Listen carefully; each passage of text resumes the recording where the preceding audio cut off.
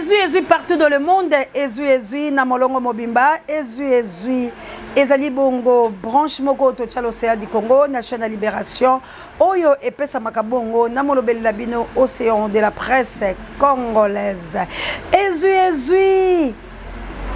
Ezali esika oyo biso to akaba Congo mani bandeko. Epai oto panzaka, epai oto sasaka, epai oyo to belaka moto ya papa le moloto ekita ezikisa misani oso ya satana.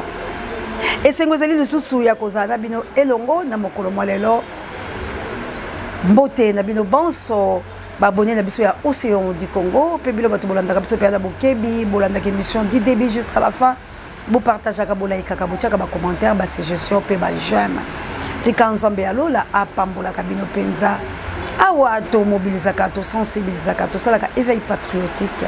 awa to longolaka peuple congolais la bolema to chaka litono na nzete po ete to benga yango malamu to salaka mosala ya Jean-Baptiste to zali basinzili po la kobetaka mbela ete to telema po ete ngonga ezali mabe to telema ferme fidèle po la kozela lisekwa ya République démocratique du Congo lokola bakoke pe to mokundolaka maloba yankoko la biso élaborer aloba la biso be chef yene laisser ni place que la mer passe ezui les États-Unis d'Amérique epa ya mana na ngala kunya de langa ezui équipé pour la terre ezui na Angleterre epa yanga mokonzi ezui na Angleterre toujours epai ya Achille Mave oyo azali bongo motema ya mama Mireille Mave donc biso yo so penza totelemaka pona kosunga Océan du Congo pe bakongomani bonso na mosalo bazali kosala pasi pemba bande ngai leo to bobele minutes 2 mitano po ete to lobela na phénomène oyo ya Félix azali bobele koteka ka bande ko na ye pe baninga na ye boke bala mutu ya lolenge oyo pambate akolakisa bile ezali mabe Félix alingi alia bato nyonso oyo bakotisaka ye po ete azwa bokonzi bato nyonso oyo akenda koluka bango po ete azwa bokonzi lelo alinga lia yango abosani ete bato wana bali makasi koleka ye pe bali kowangela ye oyo eleki na banzi Nehemia na mikolo mileki oyo azali bongo moko ya bras droit ya makasi ya mwana mboka Joseph Kabila Kabange alobaka na ye ete etumbala biso kobima te po ete bayebi basekele bayebi eloko ni basala bolingo ya solo ezali nango sans frontière nde bolobaka lokota lifalase kasi amour ya Denise na Félix ebilo baso boyebi ete ezalaka contrat pamba te bayike bazali komona pe bayebi mais lelo oyo dossier Mwanga Nchuchu azali na misolo mike kaka ndenge bokomona ye wana na photo ye na Félix batelemi ali bongo moto asungi Félix makasi pe po azwa bokonzi Mwanga Nchuchu azali moko oyo apesaka Félix $100,000 po ete apesa la candidat président de la République azali moko oyo adefisa Félix misolo mike po la makambo yike lokola totanga nanu mwa moke balobi la biso qui est Mwanga Nchuchu. C'est depuis 2010 que Edouard Mwanga Nchuchu soutient. C'est depuis 2010 que Edouard Mwanga Nchuchu soutient financièrement UDPS. Donc, quand président de UDPS, mais il soutenait UDPS. Donc, il soutient, jusqu'au preuve du contraire, UDPS. Le parti de Tshisekedi, président au pouvoir. Il a aidé l'UDPS avec virement bancaire à hauteur de $345,000 par an. Donc il soutenait ou il aidait UDPS avec de virements bancaires à hauteur beaucoup vraiment $345,000 par année. Donc Mwanga Nchuchu oyo abandaki ko soutenir de partenaires ya UDPS moto abandaki ko financer UDPS na ba misolo na ye parti cher ya président au pouvoir balobi bien. Il lui dit UDPS avec de virements bancaires à l'auteur de 345 000 $ par année, selon le banque suisse Baumann et CIF plutôt. Donc la banque wana oya banaye kotinde la mbongo pe la banque wana ezo témoigner. Ce député avait entre autres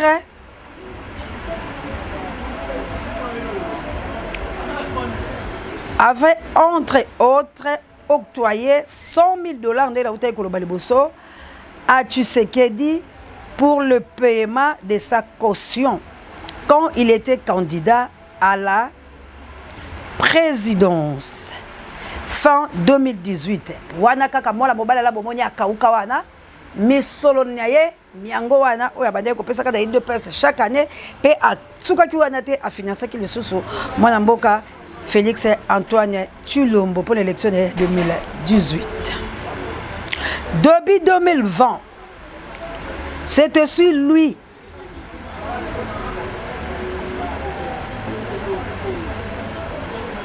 à 2020, c'est aussi lui qui a convaincu le rebelle du M23 à janvier 2021 à se rendre à Kinshasa pour négocier secrètement avec le président congolais, hôtel, frais de mission et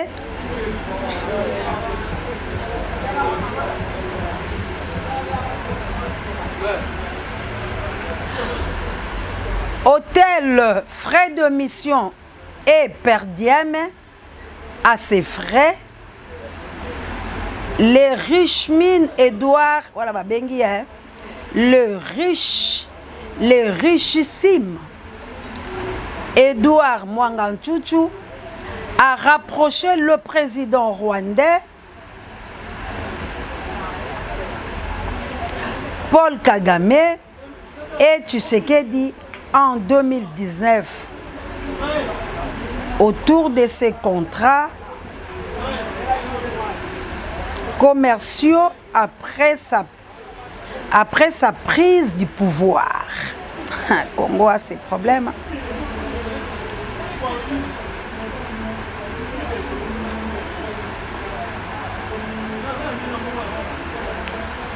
L'embrouille entre les deux chefs de l'État a conduit Tshisekedi à sacrifier son allié secret, Edouard Mwanganchuchu, qui menace d'après l'un de ses frères, en fuite, le dévoiler l'implication de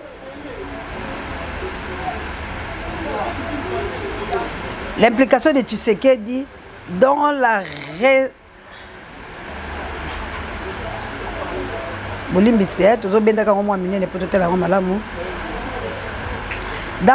résistance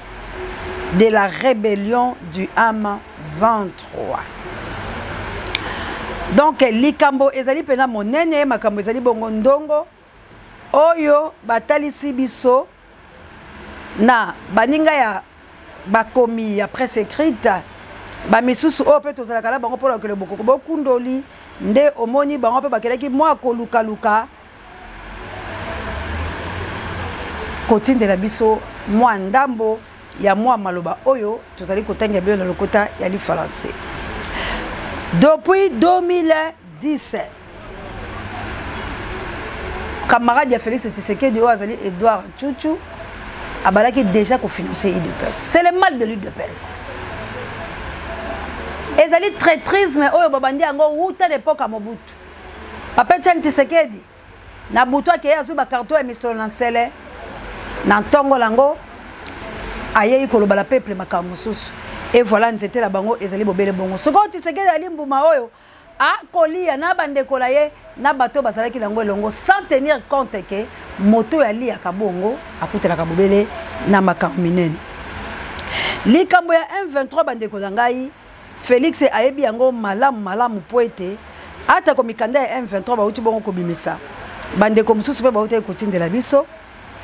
ete Félix ayebi yango moni ba M23 bazolinga kotika te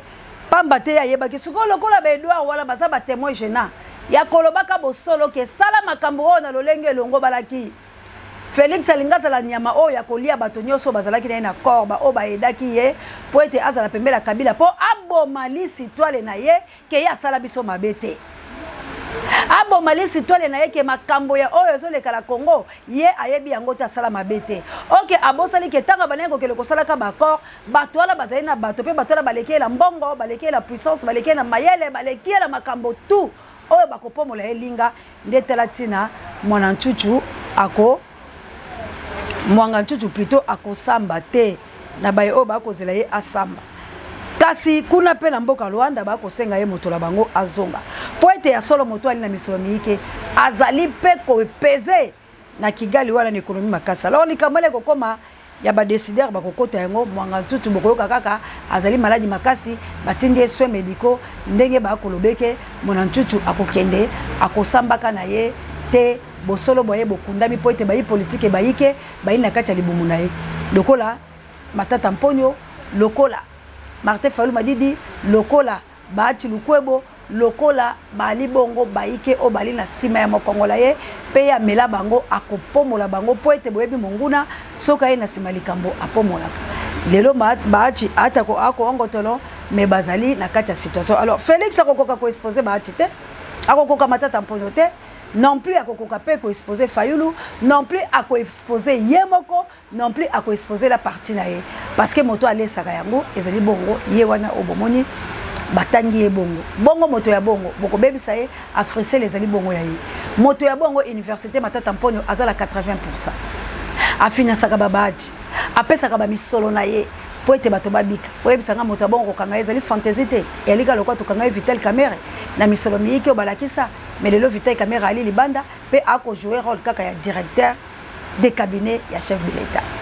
nde Congo na biso yango wana Congo ezali kotongama na lokuta na likambo o litali lotiliki to pe nini ezalaki projet moko te ya IDPS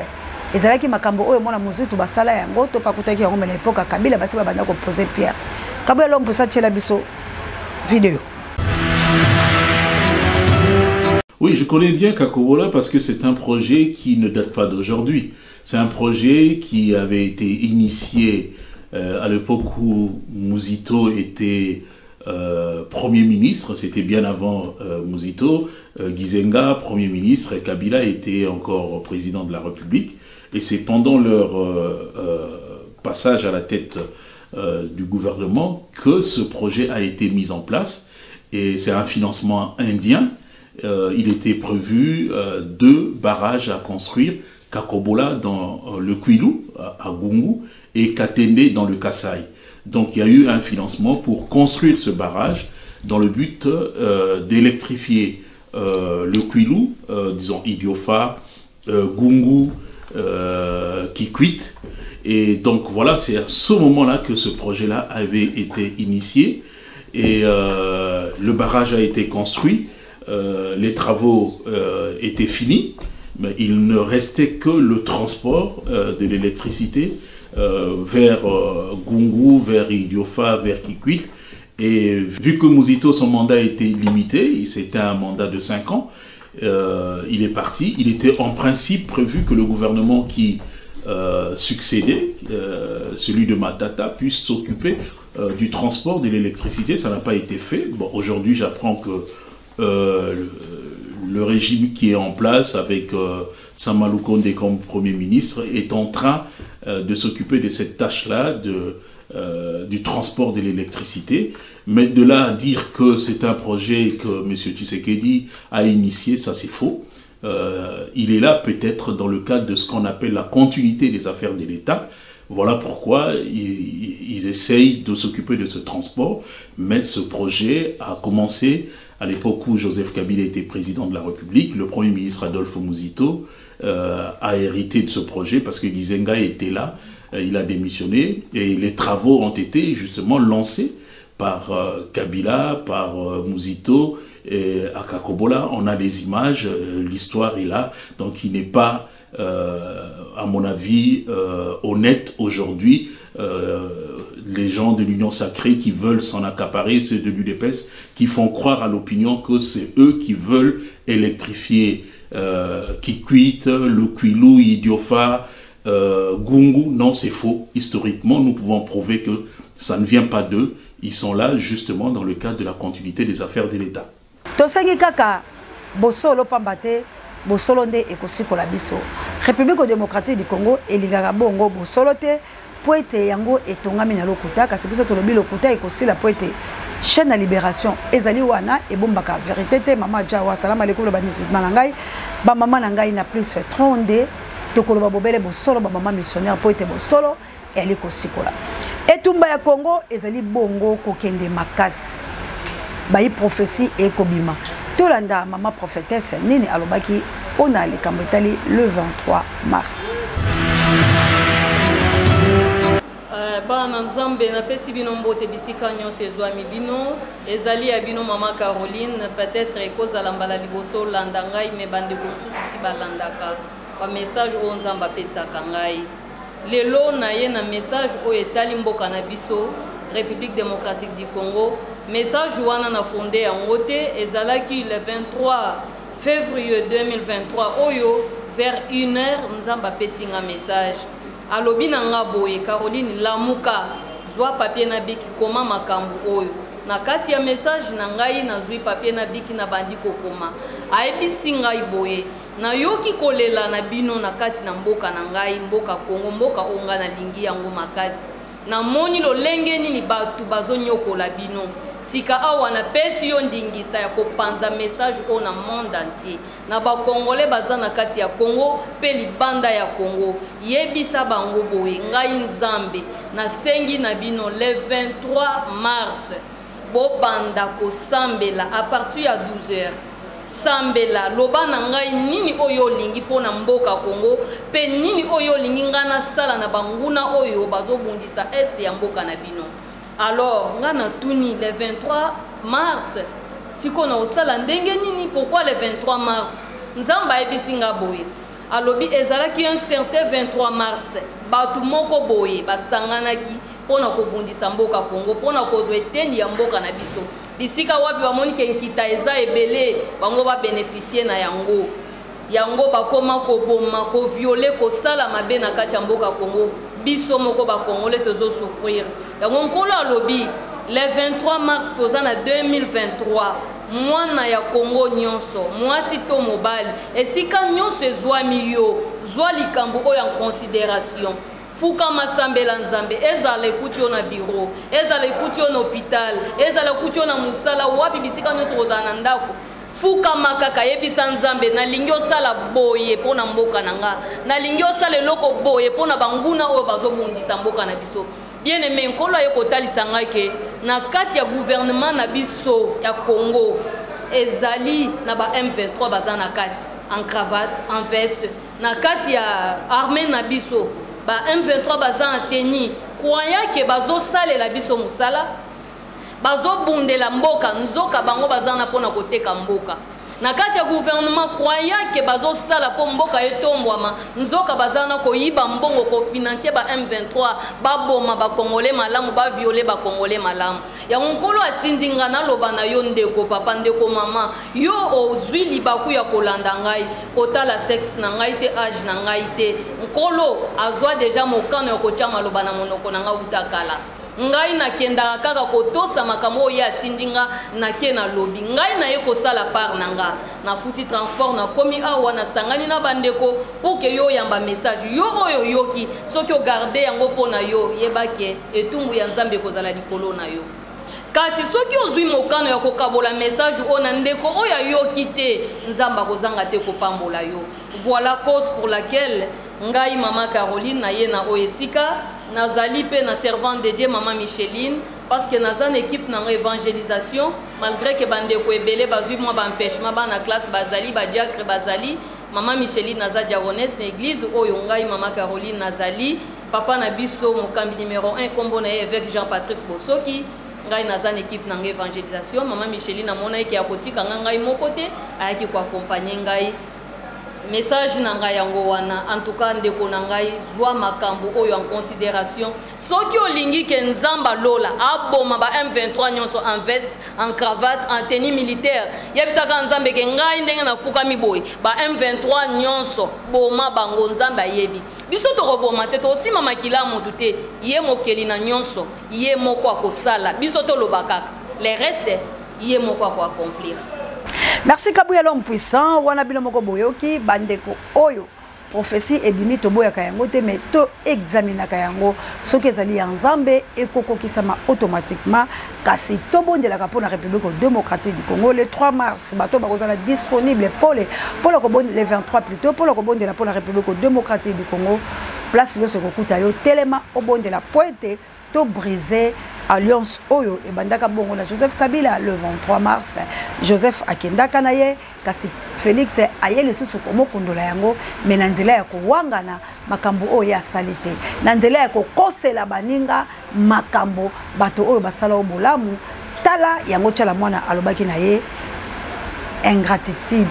ezali bongo mabe nzete oyo mataki boni okitela yango olingi okata yango sala nango makala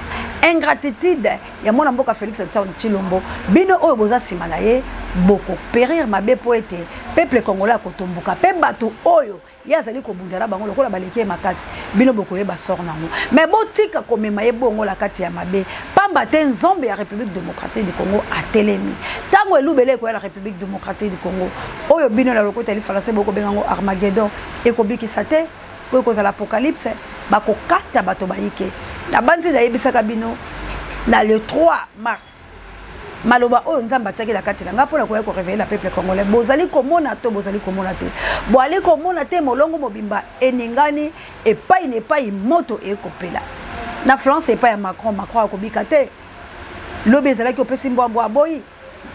ezali kokendela lolenge oyo etumba po ete bato balobi esengeli olongwa makao mayike ya minene ezali kosalama ba video oyo eyeli ngai awa moye to tyango eyali te po ete eli pasi biloko mosusu communauté elingaka yango te me bandeko langa tika na yebisa bino ete soki totelemi tokomibikisaka soki tolali tokomiboma pamba te maponani mazali te bakokenda négociation bakotya Félix pression ya maponani Félix asala maponani akozala atake pamba te esengeli apesa kuna makambo bango bayokalaki esengeli akomisa bango officier esengeli bato wana baya na banzi ete mama na likambo ona telemi liboso na bino ngana yaka kaka koyebisa bilo ata boboyi pe bozwaka yango bokutanaka na yango kasi bozangaka ne makasi akolobaki mama océan to soutenir yo po boali mitema mabe la chabienne mama sociale mama ya bala bitike tika nzamba pambola na Aken nzamba pambola yo papa Michael na France la mama Celestine Big Daniel Ngenda nzamba pambola bilo petit frère Zola nzamba pambola bino mwana mère de Bruno en Autriche nzambe apambola bino apambola pe papa le frère de maman Clarisse na mboka elle passe langa ino ya se antela ba mama vava botelema botika kolala botelema ba mama jolie qui est dibasi yangu ya ba mama ya moto mojali to telema bandeko langa ipo ete basi basala makao minene na nzela ya mwasi kufe kota na nzela ya mwasi lisekwa bozalo kwa ba mama missionnaire na plus 32 o ba ko telema ko bunde tumba Maman Anita Baba il faut que yo moto bakoko lumumba to tele babala nzezalandu bala ba patriarche boyo ka souci ye tumba ya ba papa la bino o ezali ko kele ko sela kasi biso to ali ko ndima to tombola kayango JKM le nombre 1 au Océan de la presse la France to telema to sangisa makanisi Apollinaire grand frère nanga ya lemba ya tongo nzambe apambola bino bozali bongo ba yike professeur wa te ya kabala mindele mwana kikuite bo telema Mav hein Charlie Mave hein mola qui se peut à en Angleterre bo telema bo soutenir biso mama Mireille molongani ya papa Achille Mave bo telema hein baya lili batombo famille batombo bo telema bino nyonso hein to telema po ete to soutenir œuvre oyo pelobi Congo ezo bonsomi na yango to zonga to s'investir bato mayele bali bayike lokola papa Michael, lokola papa Alfred, lokola Achille Mave, grand professeur bandekolanga, lokola Claude Montana na plus 45, lokola la mère de Bruno, bato mayele bali ebele bakila mais plus 49 boucle lokondo fampekato Dieu de tel otaketumba, bato mayele bali bayike lokola professeur Yombi, bato mayele bali bayike lokola Savana Bisso, en États-Unis d'Amérique. Jean Bélé, le professeur Jean Bélé, Batona Mayele, Mitou et Vandi, mais Bakopesa Mayele dans la République démocratique du Congo, le Lengeni, Bande Kolanga, Bota Lokwa, Bachil Mave. Bachil Mave. Moi, la mobile, on a dit professeur en Angleterre. Oh, allez-y comprendre. Tant qu'on a écouté un an de Kolanga qui quitte la France, professeur. Oh, Jésus. Batona Mayele, Batona Mayele, c'est bien toi là, savant. Batoloko là, papa Langaï, papa Langaï États-Unis. Ah, Bande Kolangaï. Oye tikali kaka yango ndele kaka tango na boka lo seba boyebi lo sako bokulaka Enoke Ngila jende talo taketumba bato na mayele bali bayike bande kolangai o soki to temi lo kwa bokulaka ikala soki to telemi bande kolangai to se prendre en charge to zui conscience to lobi to sala bande kolanga kengo alamuki na komi na ngala suka oseya ya kaka moto ya yambo pola ko ebisa bobo ya ngale lolo bokonzi Kengo Félix la musique Kengo boyebi point la musique Kengo po lobi mutu moko oya ko convaincre ne bolo bakalo ko tel français Kabila ezai bobele Kengo alo boyebi ke Kengo la perte ta mémoire mais Kengo alamuki inde la kenga kati owo po Félix ameki Tibo mona Félix a okanga ka akangi mona ntutu akangi azali ko kanga parti ya Kabila poete Kabila aloba mais Kabila lobi na koloba te oyebi nzete ongalo to mataki na nzete wala ndeto okele ko samba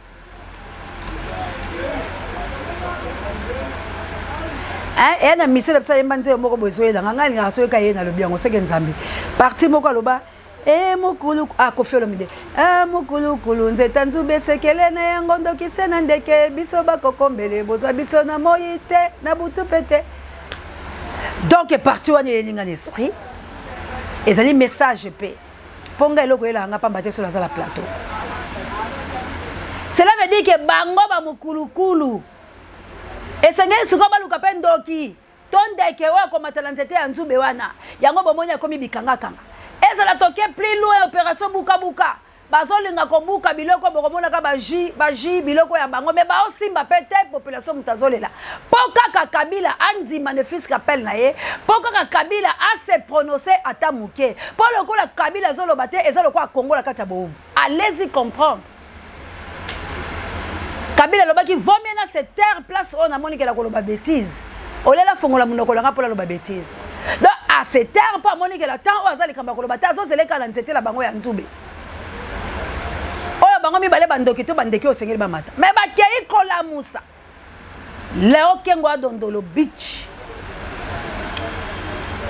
Félix akie pa na ye lobi papa na yonde ndeke oyo atikali oyo Kabila koyoka ponga na eto sola na yokata mongongo na ye Kengo kwatulu na kinga kati Kabila recevoir ye po Kabila koboya Kengo te nani yebi puissance ya Kengo te nani yebi Kengo te Kengo lombo saka na ye malakisa ye ka kenga la zanga et Kengo ayebi Congo combien de fois la primature combien de fois oya sali na mboka oyo abandi na se kotombola kotomama il est intelligent il connaît la République démocratique du Congo il a été bras droit ya Mobutu Sese Seko Kuku Ngbendu Wazabanga